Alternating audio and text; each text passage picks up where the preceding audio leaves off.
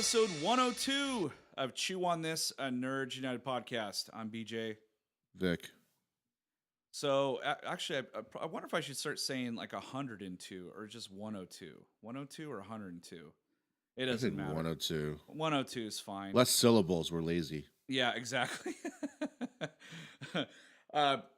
But before we get started, I just want to remind everyone out there that we are on patreon.com. It's patreon.com/chew on this podcast. And you can become part of the Chew Crews for as little as $1 a month. And you can get all different types of rewards, and it'll really help us out so we can keep bringing you the awesome content that we've been bringing you. So that's patreon.com/chew on this podcast. And just so everybody knows, if you weren't paying attention to our Twitter feed, I was in New Jersey the last almost 2 weeks. Dick. I had Wawa a lot. I probably in the 10 days that I was there did about $300 or $400 at Wawa. That includes gas. Crap. Well, gas. I was driving around a lot, so I did use a lot of gas, But yeah, I bought a lot of coffee to bring back from there. Nice. So, but anyway, like I said, we've been trying to get Wawa out here. I've already done the cold brew with my Wawa coffee. That's how much I love Wawa's coffee. It's fucking awesome. I did the pumpkin spice. It's so good. And again, we've been trying 9 months now to try to get Wawa up here. Wawa, I think their social media paid attention to us twice. Yeah. Maybe. Finally. So. Yeah, but that doesn't mean the social media people are going to tell, the owner of Wawa and be like, hey, this one little podcast drinks our coffee. We should move out to California. Well, they'll have us to thank if they do. So yeah, so hashtag West Coast Wawa. All right, so we are doing Blade Runner 2049. Yes. And this was on your top 10 list. It wasn't on mine. Number 10. Now that we're at the end of the year of only 3 movies left, we completely ignored our top 10 list the whole year, every time we were reviewing a movie. So let's get the boring stuff out of the way. Let's see. Blade Runner 2049 is at 89% with 234 reviews, which is quite a lot. The original one we looked up on Rotten Tomatoes doesn't count, actually, because the 1982 version doesn't have any original 1982 reviews. Nope. So all the reviews are, in my opinion, biased for the original version because I read some of the headlines of the reviews, and it looks like they were based off of all the special editions and director cuts, and we'll get into that too. And as of this recording, it only did 13 million on Friday, so yeah. It might not even punch 50 million by the end of the weekend. So that's pretty surprising. And it costs $150 million, and not counting all the advertising and all that. So it's right. Yeah, they're gonna lose their ass on this thing. So initial reactions. Who's first? Who's up? I'll go first. This is my favorite movie of the year. I fucking love this movie, and I'm very surprised by that because favorite so far. It's my favorite movie so far, right? We still got 2 movies. I don't count that third one, but we still got 2 more movies that could break in the top 3. But this is by far so far my favorite movie of the year, and I was pleasantly surprised. This director is one of my favorite new directors now. I wish he would do episode 9, to be honest with you. Forget the James Bond thing. Do this. This guy, I mean, God, I love this guy. Our favorite movie of the year last year was a sleeper hit. That was Arrival. And I've seen Sicario. I've seen Prisoners. I think I'm missing one more. But anyway, this guy's awesome. And he took Blade Runner 2049 and just he knocked it out of the park because it's a very good companion piece to the first movie that came out 35 years ago, but it's as if he studied that movie so hard under Ridley Scott or something like that, was his mentor or something like that. It's as if he studied Blade Runner so hard that when he made the sequel, it felt exactly like Blade Runner. I mean, the music and the In a cinematography. good way. In a good way. Oh yeah, in absolutely, he took the best parts of Blade Runner, and made it even better. I mean, Blade Runner has its issues, but and plus there's like 8 different copies of that. But I don't know. I gushed about this. I love this movie. So what did you think? I thoroughly enjoyed this movie a lot. I unfortunately had to go see it at really late, 10:45. so there, there were parts where like I was struggling to keep my eyes open, not because of the movie at all. Definitely not because of the movie at all. I was sucked in right away. I really liked this movie. I didn't think I would. It was not on my top 10 list, like I said, Mm-hmm. and the basically the main reason why, like I had every intention of watching the original Blade Runner this weekend or this week, and not going to the movie because you were going to review it. We're going to do some like half-ass review where it was you Spoiler saw the free. movie but I Yeah. didn't. Right, Yeah. exactly. So I really liked it. I was blown away, but when I said like when you said it borrows or it feels like just like the original, and I said in a good way, I mean it doesn't feel like the Force Awakens where it was like Yeah. fan service. Yeah, there was a couple of Easter eggs in here, but it definitely wasn't fan service. It just felt like a continuation of the world, which is a really good thing because the original Blade Runner is so iconic in Mm-hmm. the sense of the feel and the music in the second one, just like the first movie. In the second one, is really good. Like there's parts of it, like I saw it in the XD theater, and it was amazing at um, how much the music played into Oh the yeah. world, not just like certain scenes, but just the world when he's driving around, and there's a couple scenes where there's like scenery scenes in the first movie, and in this one, when for some reason, when they go when they're just looking at the buildings and looking at the world, this overtone, this music just plays on top of it. That's just Mm. so gorgeous, Mm-hmm. and I loved that. Overall, I don't think it's I don't know if it's my favorite movie of the year, but it's definitely one of the smartest movies of the year that I've seen Mm-hmm. in our reviews. I'm sure there's smarter movies than Blade Runner out there right now. There's lots of films, but as far as the movies that we've seen and reviewed for the show, this is by far like, and leave it to the same guy who did Arrival, right? Because that movie just blew us away last year. Yeah. And I was thinking that throughout the entire movie that Jesus, I'm like, this guy's fucking good. Like the way Yeah. the dialogue flows, the character development, everything that we preach and shout from the rooftops. Like, I don't give a shit how good your movie looks, or how many action sequences you got. If I don't give a shit about the characters, I don't care. And it was worth the almost 3 hour runtime. Yeah. I was surprised just as much as you are about how this movie. I mean, this is a movie that nobody really wanted, or nobody, most people Yeah, didn't really care. that's why it wasn't on my top 10. And so when this guy was doing it, I was like, really? Like, okay, so this must be the paycheck movie, you know? But fuck no, he took this movie and just, I, I mean, it made something original and but also kept the first one intact and just kind of continued it. Didn't like try to reboot it or anything. And um, oh God, I mean, I had such a great time watching this movie last night. I really did.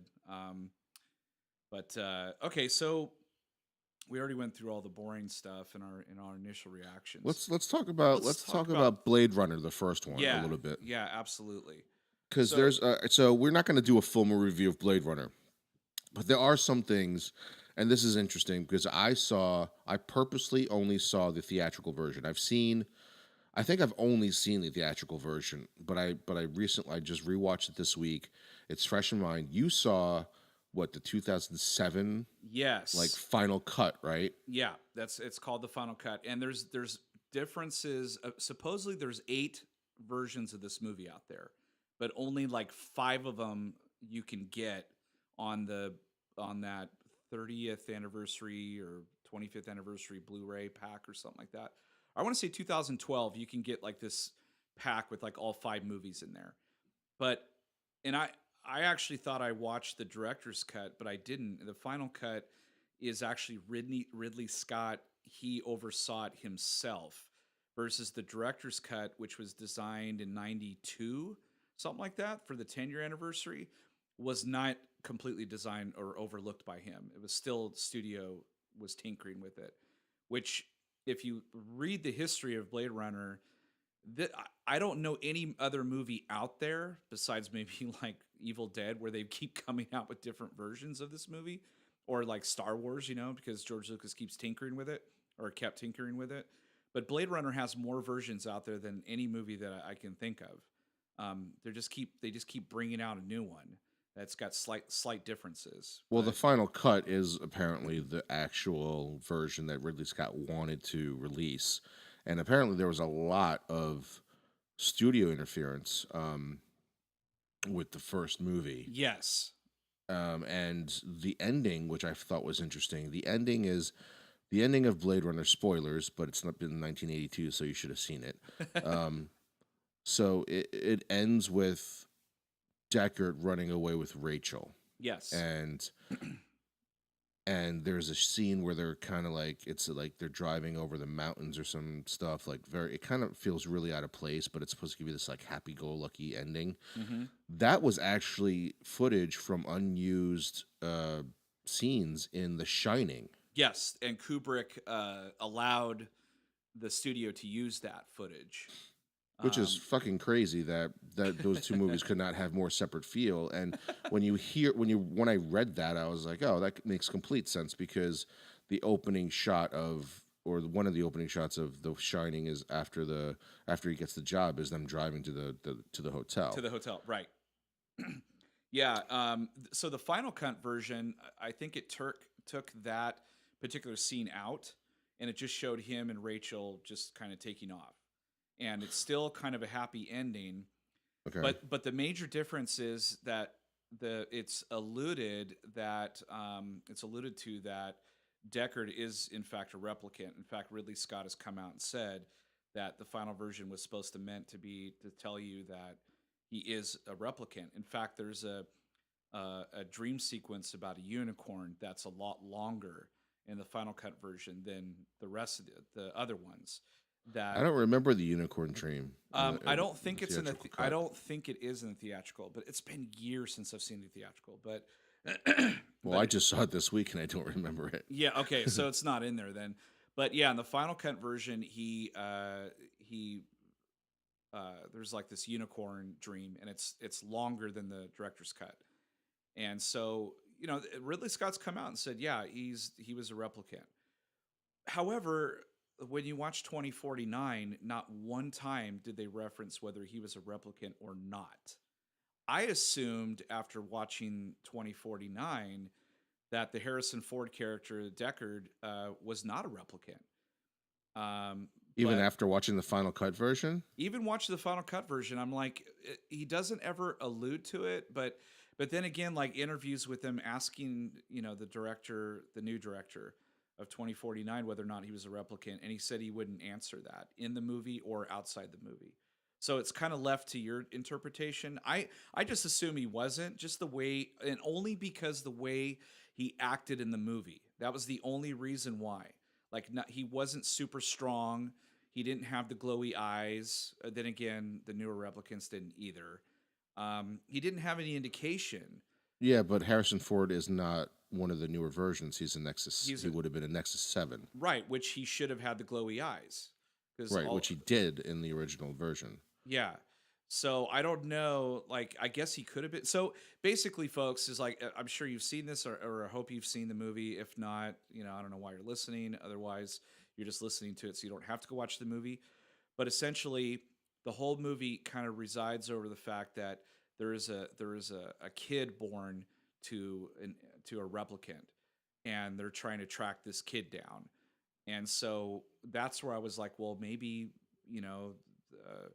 the semen, from a human, and then joined with the replicant, maybe that is what created the kid. You But know, either way, it still would have been what Dave Bautista was saying. And in the short amount, let me say this: oh in the short right, amount of time that Dave Bautista was on screen, he was awesome. Yeah, yeah, He he was really awesome. was. Really, like it was. I've seen Batista in some earlier stuff, and it always looked like he was trying, to be an actor. But in this movie, when he speaks and he's talking about the miracle, he's awesome. Yes, So shout out to Batista for doing a really good job.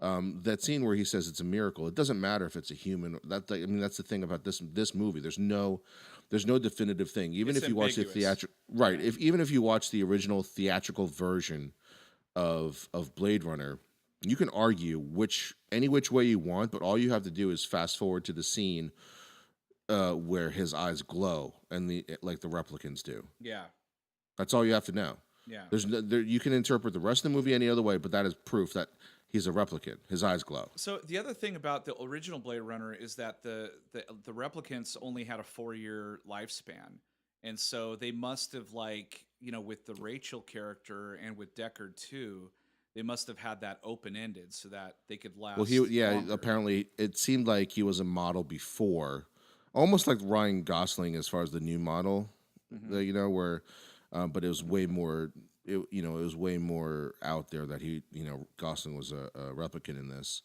And then the Rachel one did not have a lifespan time frame either, but she was designed to be the most human of all of it. There's that one scene where Harrison Ford's questioning her, and normally it takes like 40 questions, but he had to go through like 120 something like questions to Yeah, figure out. yeah, that was awesome. I remember that.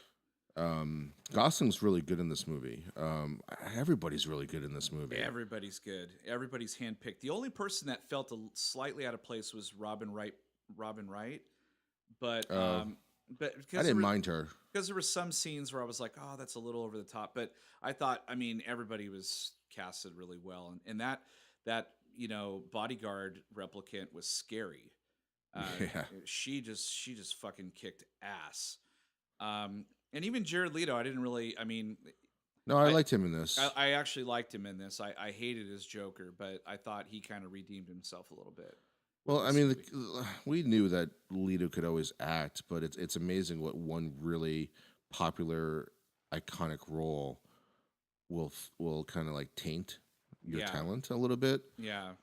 But he was really good in it. Kind of creepy too, pretty creepy too, and ruthless as well.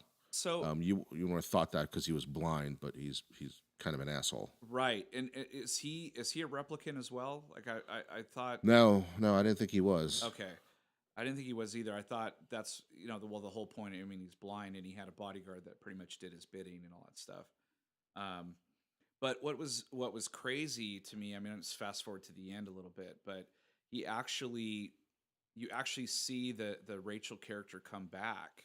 And I wonder, Right. did they get Sean Young for that, or did they get somebody else like they did for Leia in Rogue One and just put the little dots on the face? That I was like, I forgot to check, but I'm glad you brought that up because because holy shit, that was amazing. yeah, I think like this is by far the best I've ever seen them bringing a person not back to life because she's still alive, but Right.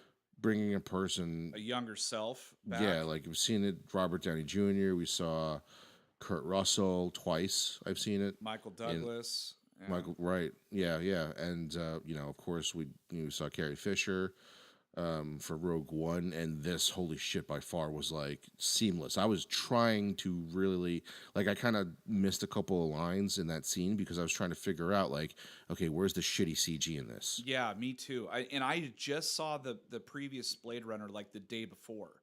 So I had that Rachel image pretty strong in my mind. And so when she pops up at the end, I was like, "What? Are you kidding me? Like that is amazing." And then I'm like, "Did they get Sean Young for this? Like isn't Because she she does speak. batshit crazy?" I don't know, but she does speak in it, right? Yeah. So Yeah, it was perfect. It was like spot on. You know, I would like to know who that was in that role, but I just thought I don't know. I was also surprised that Harrison Ford really only pops up in the latter half, like the latter third of the movie, because like this movie's 2 hours and 45 minutes, and he only pops up in in the last third, if that. Yeah, but I thought that was really good though. Like, Really well done. yeah, because they spent so much time, basically character developing Ryan Gosling because you had to care about why he was doing what he was doing. It doesn't work if you don't care about Ryan Gosling. Yeah, they did really a really good job. You're right, of character development. Like he, even though he's a replicant, they really, I mean, he's got like a backstory, like an incredible backstory, and he's got, this home life with this like holographic image, kind of like his Wilson, if you will. And it was devastating, when she got killed, even though she was just a hologram. I like it. I swallowed, really hard in my throat. I was like, oh man, like I was so sad to see her go. Um, but yeah, you really care about everybody, especially Ryan Gosling's character. You really care about that character, and he has like what's really trippy. He has like these memories of when he was a boy getting beat up, and he hid this like wooden horse and everything. But Right. then the twist was it was never his memory at all. It was a real memory, but it was from a girl instead, um, who was she's like I called her the girl in the bubble because she couldn't live outside that facility. She would have died. Right. Um, So but you she, think anyway. yeah, so you think anyway. But she like, can manipulate memories and stuff, kind of like how Juno could manipulate the Inception stuff, in the movie Inception, like an architect. So I really fucking dug that. I dug that she was like creating she was basically creating memories for whoever contracted her out. Um, but also she did it for herself because she could never leave the facility. So it was like a holodeck that she lived on, which oh man, there's so many like aspects of this movie that just gives so many layers to this movie, and so many characters and layers to those characters that, I mean, the movie needed to be told in 3 hours. I mean, it needed time to really develop that characters and then have the payoff at the end. Um, and even Harrison Ford's character, you feel like really sorry for that guy because like basically he runs off with Rachel and she dies after sometime after childbirth, and During then childbirth. during childbirth, and then they have to like, take the baby and drop it off at an orphanage, which that place was hell. um it was like a big sweatshop, Right. in the middle of nowhere.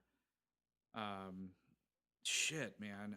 God, anyway, this it fucking movie's gorgeous. I mean, I think you talked a little bit about it visually, and the music Oh, is so they powerful. captured even this. I was surprised. Like other than the Sean Young thing should be praised. Whoever did the visual effects for Sean Young, the Rachel that shows up at the end, needs to win an Oscar. That guy, that whoever, the guy, girl, whoever did it, fucking phenomenal job. But the other great job in this movie is that when they're doing they show some of the buildings that you see from the '82 version, Hmm. and it felt like 1982, Yeah. like in some of the scenes. Like it still felt as gritty as it did. I do have a bone to pick with it though, because just like the original version, there's a huge Japanese influence over everything, Yeah. and there's no Japanese like main characters in this, not even I a fucking noticed. cop, and nobody. I noticed Everybody that. who's like Asian is like behind the counter serving food. Right. So that was still jarring for me. That basically it was like, yeah, I mean, even fucking Ghost in the Shell had Japanese people in it. Right. Even Yeah. the Even like Jared Leto was like wearing a like wasn't he wearing a like a yeah, kimono or something or some yeah, shit? exactly. Huge, like the first movie had huge Japanese influence. I mean, that's basically where Ghost in the Shell got its world. But they actually put Japanese people in it. Yeah. Um, but yeah, no Japanese in this barely. I don't think any, if maybe like in the background.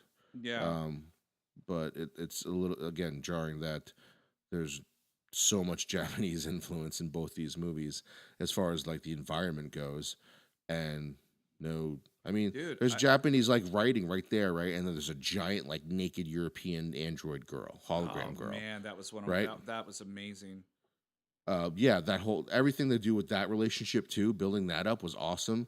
Because when she dies or quote unquote dies, spoilers, you actually fell for it, and all she was a fucking program, and it was Yeah. awesome. Yeah. It was because they spent so much time developing that. And I thought that was really, um, I think doing that makes you kind of believe in the humanity in Gosling's character of why he would actually help Deckard, to reunite Deckard with his daughter. Yes. Um, yeah, there's so much in this movie to praise. What didn't you like about this movie, Um, other than the fact there's no so Japanese people so in it? I think I was just gonna say I'm like Vic, dude. There's no Asian people in the future. Like it's that's No, terrible. but but the writing and everything lasts, just not, I'm sure they'll change the history books like they did for the American Indians, the Native Americans, where they're like they, happily relocated to the West. And Yeah, for us it's like the Asians happily, gave us all their food and all their writings after wiping them out or something. They happily decided not to be alive anymore. yeah. It's like a big Asian Holocaust. They're just like Right. we don't need these guys anymore. We Just their food and their writing yeah we got the technology down and now. We don't. clothing, apparently, Jared Leto. Yeah. Well, it is like all based in LA, isn't it? Like just since Around the LA, San area, Diego, LA, San yeah. Diego, like merged. And yeah, so maybe all the Asian people moved back east. We're like, fuck this. Let's go Yeah. back. We're out of here. Um, no, I don't really have a lot of bones to pick. I think there were times where there was a lot of like quiet and you're just kind of staring at Gosling, staring at the wall or something. Like there was a Right. lot of times where there was just a lot of empty space, and I was like, I'm not sure, like this scene's going on a little too long and I'm not sure why, but maybe they're just trying to show you like what the android is like you could see it thinking, you know like the androids don't make any kind of like sudden movements. Like Gosling's not just like he doesn't No, he's everything's very like reserved. meticulous. Yeah, Yeah, very everything's meticulous, meticulous. very reserved, and but also he kind of acts a little human, like he just gets off work and he goes home and he's just like kicking his feet up and drinking a beer and everything, and then the police department calls him like, hey, we need you to come back, and he's like, fuck, so he's got to like tell his girlfriend, I gotta go. Down to like he bought his girlfriend a gift, which was like the option so that she could go anywhere in the house instead of just the one room. Right. That was really cool. So I don't have a lot of bones to pick. I just think sometimes some of the scenes went a little long, or you knew what was about to happen, but they took a long time, slowly him getting there. Like when he got to the sweatshop and he started recognizing the building, I immediately went, "Oh shit, that's the place where he grew up, and that's the place where the wooden horse is hidden in the furnace." But it took him a long time to finally realize it and then start heading that way to get the horse. And And all of it turning out not to be true. right, that's the part that got me because the whole time I'm like, oh, like from the very beginning I was like, oh shit, he's the kid and he grew up. I know it. And then like, they kind of allude to that more and more and more and more and more, and then toward the end they're like, wrong. They changed the records. It was a female. They gave you You could her see, memories. if you've seen Arrival, there was a little bit of Arrival in here where, Yes. like when the reveal happens in Arrival, there's a lot of flashbacks and flash forwards that kind of piece together the entire reveal. And Hmm. the same thing here when Gosling finally figures it out, or Harrison Ford is telling him that, it's no, it wasn't a boy, it was a girl. And we purposely, did all that. And then Gosling's trying to piece it all together. And then you finally see, who he can figure it out who it is, Yeah, I love which was that. pretty cool. But yeah, Uh, but you could see the Arrival in here when they were oh, revealing the twist. definitely the influence on there. It's like they took Blade Runner and meshed it together with Arrival. I really like that aspect of it. Also, I mean, the other things that I love about this, I can just gush about this movie. Other things I loved is just the scenery. There's so much, like even the snow, or like there's so many different climates that he goes to. Like the when it's raining, when it's like dry desert, when it's Yeah. snowing, when he goes to see Harrison Ford, it's all like radiation outside, and fuck, it's like all the environments. It was almost like Zootopia or something like that. That's all I kept thinking about. I'm waiting for Judy Hopps to pop out. Be like, hey, you got to go this way. We got to go to Radiation Land. So I dug that, and I dug his car, and I dug the little drone thing Hmm. that pops out and like he sends ahead to like scout shit out. Yeah, Um, that's a nice R2D2 thing in there yeah. Shit, man. What else? There's so much shit about this movie. It's crazy. It's so deep. because it's 3 hours long. Yeah. But I didn't care. Like it could have went on another half hour, an hour, and I would have been like, "Oh, cool." Because like I'd look down at my my watch or my phone, and I'd see the time, and I'm like, "Oh, an hour went by. That means there's still 2 hours left." And it just and I'm like, I remember by the second hour, I'm like, "Where's fucking Harrison Ford?" It's like hour two and a half, and he's still not here. And then finally, he pops up, and I was like, "Oh, okay." You know what's great about this is that unlike in Star Wars, I don't know why I keep comparing it, probably because Harrison Ford's reprising a role from that Yes. far ago, Yep. for that long ago, and I feel like in that version, Harrison Ford, you could have gotten if Ray is really truly part of the Force or has Force, clearly Force powers, Hmm. the Force would have led her to Maz or to Leia at any point in time. I feel like Han almost when you we'll talk about more of this stuff when we review the movie again, but it felt like he was just kind of thrown in there as like fan stuff. Like he wasn't necessarily needed to be in there, He, and in this movie, he needs to be in here at the perfect time yes. because it's unraveling the story. Yes, you hear his voice on audio clip like early in the movie, but there's a point for that, he's not forced. He's not forced into this scene, which is or this movie, I should say, because he is the one person who ran away with Rachel to have this child because they Right. fell in love. So it makes perfect sense that the story is about their child, or to find out who their child is, even though the child is only like 10 minutes in a 3 hour movie. Right. And it's like you said before, it's a continuation. It's not a rehash. It's not a rehash of the first movie. And I love that. I mean, yeah, the guy's running around doing Blade Runner shit, but then it turns into investigation about this child that everybody's after, and he needs to get there first, kind of thing.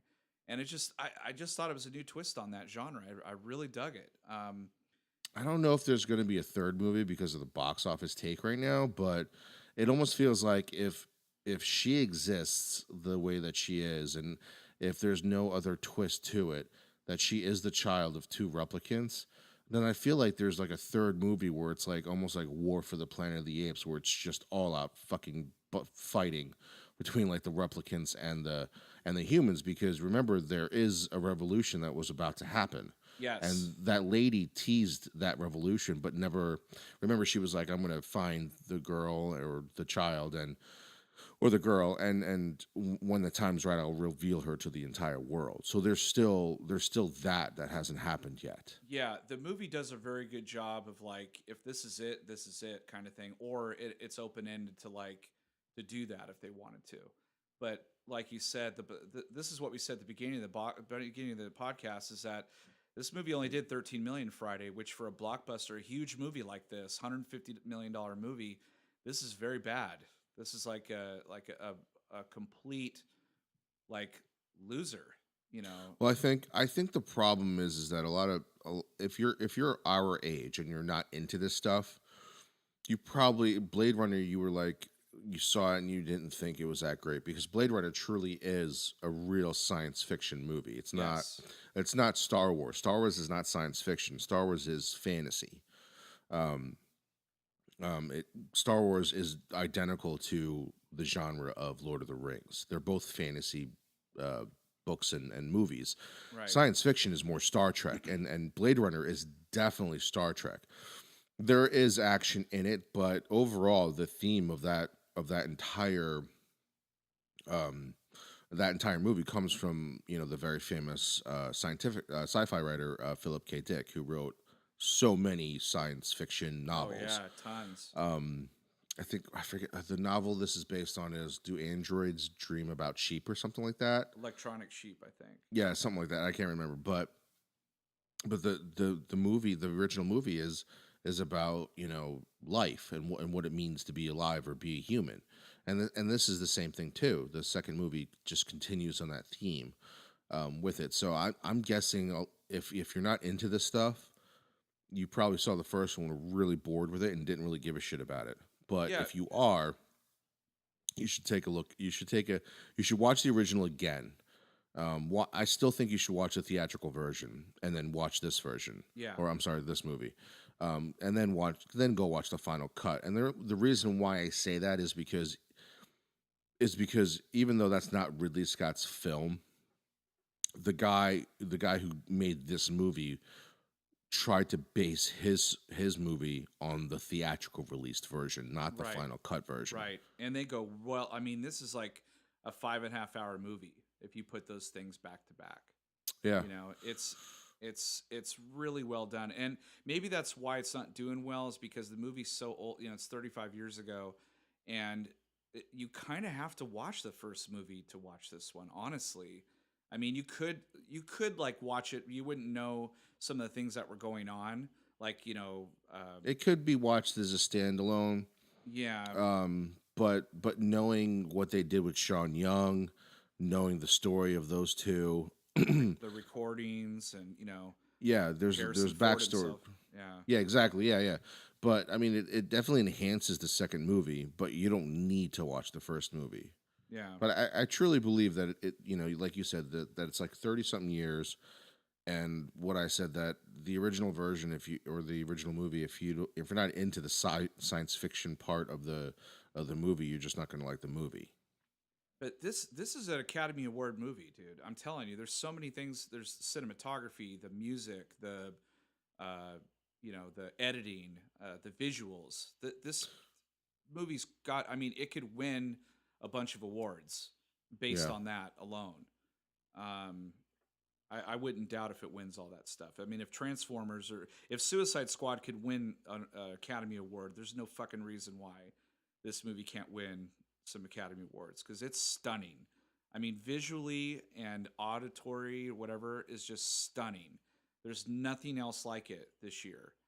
Um, No, it's very unique. Well, I mean, it's unique in the sense that, like I said, like we said earlier, he literally carries the movie from the first one, and not in the Force Awakens way. It's its own thing. But there's no like, hey, fan service type thing in here. I mean, there's a Coca-Cola and an Atari thing in here, but those are just like in the background. yeah, It's not like in your face type I stuff. read some review where this guy, of course, this guy's always has negative reviews. I can't remember what his name is on Rotten Tomatoes, but he's just like, oh, the product placement is everywhere in this movie, and like that's all he like talked about. And I was like, And yeah, like, Dick, that's because it's an homage to the first movie, you yeah, retard. yeah, it's meant to be there. It's not. I mean, It's not. Yeah, it's not on purpose. no, it's the future in LA and San Diego. Of course, there are going to be product placements everywhere, and it's not even like in your face. It's just kind of like, I don't know. You'd have to like sometimes if you blinked, you missed it. You know, it's just Yeah, kind of the there. one, but the ones that were very clear were definitely callbacks to the original film. Pan Am, Atari, Yeah, and Coca Cola. Sony, Coca Yeah, Cola. Yeah, they were all throwbacks to the original movie. yeah, exactly. So it wasn't. I mean, I'm sure they paid some amount of money to be in there, but they weren't in there for that. They were in there because they were in there from the first movie. So it definitely wasn't to pay for the film. Although, if the box office continues, I hope they did get paid. Yeah, Um, now that you mentioned the Force Awakens, like now I'm kind of mad at the Force Awakens because I remember when George Lucas saw that movie, he actually came out of there going like, "Oh, they went that way, huh? They went retro. That's not what I would have done." Like now I'm curious to see what he actually would have done because he wouldn't have done retread. I mean, yeah, they would have done something new. he would have done some parallel. There's parallelism all throughout the movies. That's normal, but fuck, Force Awakens is a complete like ripoff of of the original trilogy. I mean, all three movies. So, but this movie, it doesn't feel like a ripoff. They didn't go like Mm, Waka Waka Waka. Remember this? You know, it's like they just did a completely original movie that paid a tremendous homage to the first movie, but this is its own thing. Without And actually doing it though. yeah, It's with actually, crazy. yeah, that's the weird thing. It's like, okay, yeah, Harrison Ford's in it, but it's not the same Deckard even. He's older and, and sad and alone and, and shit like Yeah, that. he is. If you watch the first movie, Deckard is this, feels like he's this like hot shot, doesn't give a shit Blade Runner. Yeah, Very, very charismatic, but very like matter of fact and doesn't give a shit about him. And when you see him in this movie, he's fucking broken down. He's angry, because of all the stuff that he had. Like he fell in love. He fell yeah, in love, and the woman he loved died during childbirth, and he maybe spent 5 seconds with that child. right. And he knew that he couldn't have it. He knew that he would be constantly on the run, and he knew Right. that she would be, dissected and taken apart, and trying to figure out how that happens so that they can do that, replicate that. So the other nitpick I actually just thought of, that the daughter is like on this facility on this somewhere, I don't know how come, where is this facility and who's running that place? It's Like, her. It's hers. it's just It's her. hers. It's her Okay. company. Oh, okay. Okay. Because remember, she was saying like the guy, Jared Leto's character, hires her So to basically, implant so memories. so basically, she's hiding under his nose, essentially, because he Right? does he Yeah. has no idea that she's No. the daughter of the two rep of Deckard. Okay, Yeah. yeah, I was kind of a little bit confused about that. I was like, hey, wait a minute, and because like Yeah. She said she references, or she says she doesn't reference. She says like, I like my independence. He's tried to like hire me a few times, but I like my independence. permanently, yeah, Right. So she is a successful uh, memory imprinter for replicants. yes, yeah, gives Not them gives them right because she is one backstories, or yeah. half of, or yeah, she's definitely full blown one. Well, it makes it But more. They said that it makes the replicants more human when they give them backstories and stuff like that for them to but think it's her, about. yeah. But it was her actual backstory, which is crazy because Right. she represents so many things for that world. Oh. She represents she represents the end of what could be considered human, Mm-hmm. because now they can reproduce, and they say a couple times like, if I was born, I would have a soul. I think Ryan Gosling says that Yes. in the movie. So now all of a sudden you have this person who was born by two basically synthetic man-made things, and does that person have a soul? Is she alive? So that's the first thing. She kind of breaks that wall down that Robin Wright keeps talking about, and the replicants are already at war kind of with the humans, because that's the other thing you don't see either, is you hear about this continuation of a war, and Right. you hear about the revolt that happens in the 82 version, or the original, but you never see the war, you just hear about it. You Right. hear about the revolution, and it's like here in the United States, if there's war over in the Middle East, we don't hear about it, or we just see it on TV, or so you read it in the newspaper, but it doesn't affect our everyday life. And that's what Blade Runner is Yeah. there's this like revolution going on outside of these cities that you don't hear, that you don't see, but you hear about it on the news and in the beginning of the movie when they show the text. And she represents like, holy shit, now if the replicants ever found out that they can actually reproduce like a human being, my god, like that means they don't need the humans at all for anything. Right. And that's why everyone's like rushing out to try to figure that out. But like, they still have Blade Runners. Like Ryan Gosling's still a Blade Runner running around doing what Deckard did, only a newer version. Well, that's And because what's his face builds them. yeah. And so he Leto goes, Leto yeah. builds them. So he goes out and kills like pretty much, all the replicants until he figures out that, oh wow, there's this revolution, all this stuff, and like so he kind of like changes his tune. He doesn't go after him anymore. Like there's like that scene where he runs into all of them. They just kind of come out of the shadows and they're all like, Right. hey, join us, and he's like, oh. So yeah, you're kind of right. Like there should be like a third movie in the works. Of course, we may never ever see it, unfortunately. But it would be such a breakaway from the first two movies, though, to Yeah, see it like a would. full blown revolution. And I'm not sure I want to see that movie. Yeah, I don't know. It'd be a really it it would be so different from the first two movies. The first two movies have, like, again, they do have some action sequences, but that's not the point of the It's movies. it's a detective. It's like a noir, detective film. Yep. Yeah. Um, oh god, so good. They're both like that. Yeah. So that would be like it would break away from the first two movies to be like a full blown like action movie almost. So I don't know how that would work. Yeah. Um, I'm not sure how that would work. I'm not sure I want to see that movie because I'm not sure that can be made. But if this guy comes back for a trilogy, like to finish a trilogy, then I would definitely go see it Oh, after for seeing this sure. one. For sure. I Give hope this this. guy anything he wants to do. Yeah. Um, Yeah, just this is I let could him do the Obi-Wan Kenobi movie. Oh shit. I think they already got a director for that or writer Fuck. or something. Yeah. They need to give this guy something I mean he's already original. Like his original stuff is fantastic, but this just I mean they gave him some toys to this play art and he just knocked it out of the park. I feel really bad for him right now because quite honestly this movie should have done, 80 $100 million this weekend. No, Cuz this is one of the opposite. This is one of the opposites of like when shitty movies make a ton of money in the theater. Like, oh, look how much money it made. I'm like, that doesn't make it a good movie. yeah, This is kind of the exact opposite of that too, where this is not making a lot of money as of right now, and it doesn't sound like it's going to make a lot of money unless word of mouth gets out about how good this movie actually is. mhm. That people should go see this movie. In my opinion, the way that the characters are created and developed in this world, playing, I think I like it better than the original. Yeah. Oh, Um, I do too. I most certainly do too. I mean, and it's just stunning. I mean, just Blade, the original Blade Runner was stunning too. It was like it was way ahead of its time when it was like flying oh, around. they still hold up.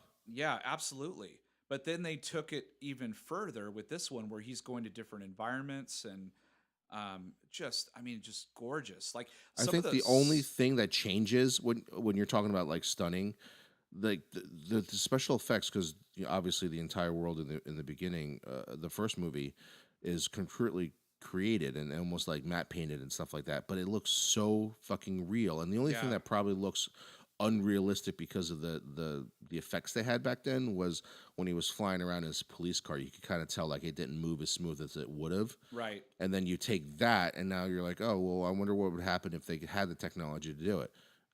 It would be this movie. It Yeah. would be the same realistic, gritty, stunning visuals of the city, and now you got a police car that moves like you think it would if it was flying. Yeah, absolutely. It didn't look like Superman flying around like the old Superman. Yeah, not It's making like physical, not making turns like without physics. yeah, right. No, it's so good. All right, so let's go over. I mean, diversity wise, I would say Casper. Very Uh, fucking Casper with a yeah, huge Japanese influence in this movie. with no Japanese. Well, no Japanese people, just a Yeah, lot of everything else was yeah, Japanese. yeah, Um, so very Casper, very very Casper. yeah. And as far as like, uh, Oh, well, you know what? Let me address that for a second. And yeah, here's why it's worse in the second movie, because in the second movie they actually tell you that like all these worlds come together. I think, right? Is that what hmm in the beginning, right? I think so. Yeah, All the countries come together. yeah. That's in this one, not the first one, right? I think so. There's like 150 or 100. I can't remember. It was like a bunch of different uh, races and things represented in the Right. city. Or yeah, Yeah. right. That come together, and for some reason you only see white people. So Yeah. I have a problem. I do. That's a pretty big deal when you're telling the audience that the world came together. And if that was the case, that would mean there would be more Asian people in this movie Yeah, than even white. even the holographic people were white. Like, why couldn't Right. they? Why couldn't the Well, girlfriend? because again, there's more people in China than there are, like I think, in 2/3 of the world, right? Yeah, yeah, yeah, So if that was the case, again, 60% or 70% of the people that you would have seen in this movie would have been Asian, yeah. but that's not the case. So No, you yeah, can't say that all these countries came together and then fucking just show nothing but white people. yeah. It's very true. I mean, they'll get it right one of these days. I don't know when, but That's Yeah, just so and they were in ridiculous. L.A. too. Yeah, Like, what the fuck? I mean, if you go to L.A., it doesn't look that white right now. maybe like Boise, Idaho, but not Not not fucking in It LA. doesn't have to be 2049 to be like diverse. Go to LA right now. Yeah, It's right. fucking diverse right now. Every street corner, yeah. Right. They have a whole town with with Asian people. Yeah. But not in 2049. Nope, I guess not. They're just like, fuck this place. We're out of here. Yeah. Um, Let's just stay to the white side. I give it. Well, I mean, did I give a perfect rating this year? Was No, no. War of the Planet of the Apes was our favorite movie at least my favorite movie up until this movie. So, but I'll give it 4.5. Lights. Jesus Christ. 4.5. 102 episodes. Chainsaws. I know. I can't. It's because I'm looking at your picture is always the first, and I'm on the right. So Chainsaws. I give it 4.5 chainsaws. I'll give it four lightsabers. I really like this movie. I think it's almost as equal to War of the Planet of the Apes for me. I think War is still my favorite so far, just because the first two movies are really good to end the way that they ended in that third movie. This one we just have the 82 version, which has 8 multiple versions of it. So, but 4 stars, 4 stars, and For just go see it. yeah. Again, I don't know why you're listening to our review if you haven't seen it, but you got to see it. This movie is really good. Yeah, I was really impressed, and I'm at awards. I'm going to be looking out for this movie at awards season. I would be very surprised if it doesn't win anything because this movie At least for visuals, right? Oh yeah, over any movie this year, the visuals, Costumes. It might be nominated for costumes as well. the visuals and the sound and the cinematography is just there's nothing like it out there. So big, giant, blazing violin orchestra sounds that last long ass notes, and I was like, it can't be Hans Zimmer because it resembles too much of the first movie. Right. Fucking Hans Zimmer had a hand in it. Yep. Probably did a little mentoring there. Yeah, I was like, oh man, is this a Christopher Nolan movie? Like what? Oh, But, I loved I loved the music. Like I said, I loved the music in this movie every time they were outside. oh When yeah, you see the environment was so good. yeah. It's everything about it. Everything about it is awesome. Not a boring part in the movie to me. I absolutely dug it. But anyway, anything else you want to add? No. I think this is our last review till what, Thor? Yeah, we got Thor. We got. Oh wait, we got some other reviews, but for movies, Yeah. movies, we got just Thor's next. Yeah, we got Thor, Justice League, and I think The Last Jedi are the 3 movies. But we've got some good stuff coming up. Stranger Things season 2, and stuff like that. So and some standalone episodes, of course, as always. So and then toward the end of the year for our going back over our most anticipated to see how if we changed our list, which I'm sure we totally have by now. And then we'll get into the new year with the most anticipated for 2018, and then of course our 2-year anniversary episode. So we got some big stuff coming up. And of course, the second annual Chewies. Yes. Yep. A little ways away, but yeah. That's going to be very interesting because this was not a solid year for movies this year. No, definitely not. I think we saw way more movies last year. So the Chewies will be 20 minutes long this year. Yeah. And the winner is, okay, let's go home. Yeah. All right. Well, that was episode 102 of Chew on This, a Nerds United podcast. I'm BJ. Vic. Until next time, folks, chew on that. Later.